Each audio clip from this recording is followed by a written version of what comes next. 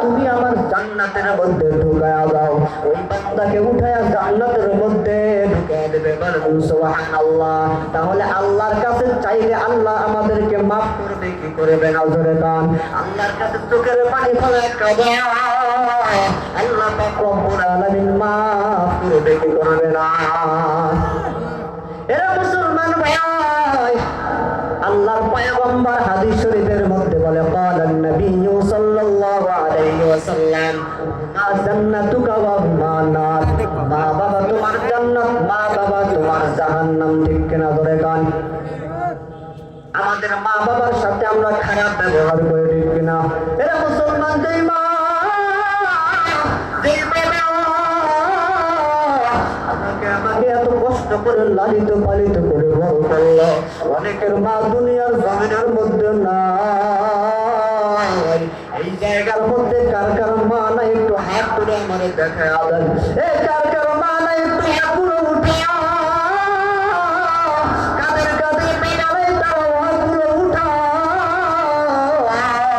আজকে যাদের মা নাই তারাই বোঝে মা কি জিনিস ছিল, যাদের বাবা নাই তারাই বোঝে বাবা কি জিনিস ছিল। যাদের মা বাবা দুনিয়াতে আছে, অনেকে মা বাবার সাথে খারাপ ব্যবহার করে। যে মা নিজে না খাইয়া সন্তানদেরকে খাওয়াইছে, ওই মা বাবাকে অনেক কষ্ট দেয়। মা বাবাকে কষ্ট দিছ, আমি তোমাদের দাঁড়িয়ে বলিয়া গেলাম।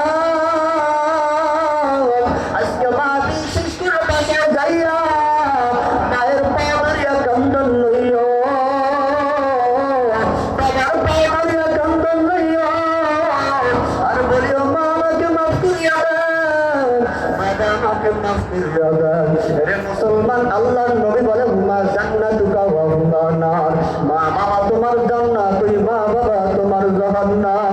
ওই মা বাবা যদি সন্তানের উপর শব্দ করে, আল্লাহর কসম করে বলতেছি, যারা মা বাবার চোখের পানি ফেলাইছ, ওই মা বাবার কাছে মাপ চায়,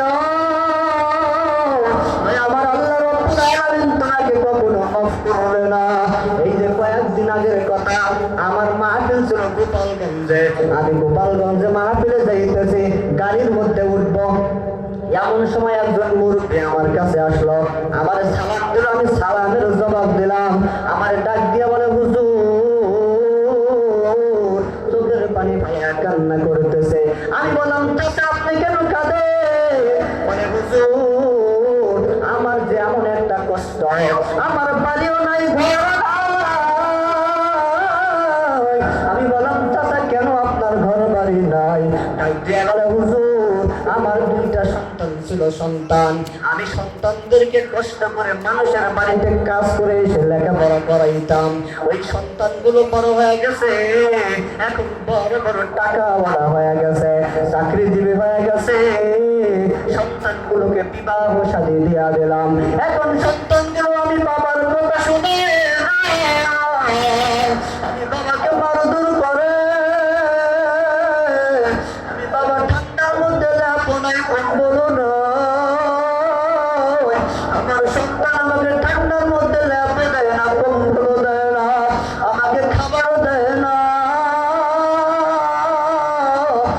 মুসলমান, তুমি যখন ছোট ছিলে, তোমার মা বাবা তোমাকে কষ্ট করে লালিত পালিত করেছে, তুমি বিছানার মধ্যে প্রস্রাব করে দিছ, তোমার মা ওই জায়গার মধ্যে শুয়ে তোমার বুকের উপরে নিয়ে রাখছে।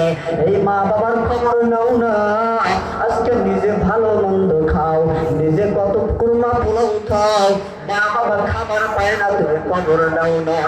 মুসলমান, যাদের মা নাই তারা বুঝতে পারো কত বেদনা। আল্লাহর নবীর একজন সাহাবী হযরতে আলকামা রাদিয়াল্লাহু তাআলা আনহু, ইন্তেকালের সময় জবান দিয়ে কালিমা বাইর হয় না, সাহাবায়ে কেরাম চেষ্টা করতেছে, কালিমা বাইর হয় না, পয়গম্বর নিজেও চেষ্টা করতেছে, কালিমা বাইর হয় না। পয়গম্বর সাহাবায়ে কেরামকে বলেছে, আলকামার মাকে ডাক দিয়া নিয়ে আসো।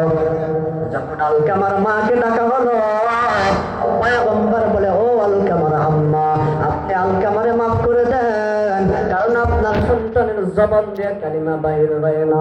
আমাকে আমার মা বলে, পয়গম্বর আমি আমার সন্তানকে মাফ করব না, কারণ আমার সন্তান আমাকে এমন কষ্ট দিছে, আমি মাকে এত পরিমাণ আঘাত করেছে, আমি মা আমার সন্তানকে মাফ করে দেয় না। আমার মায়া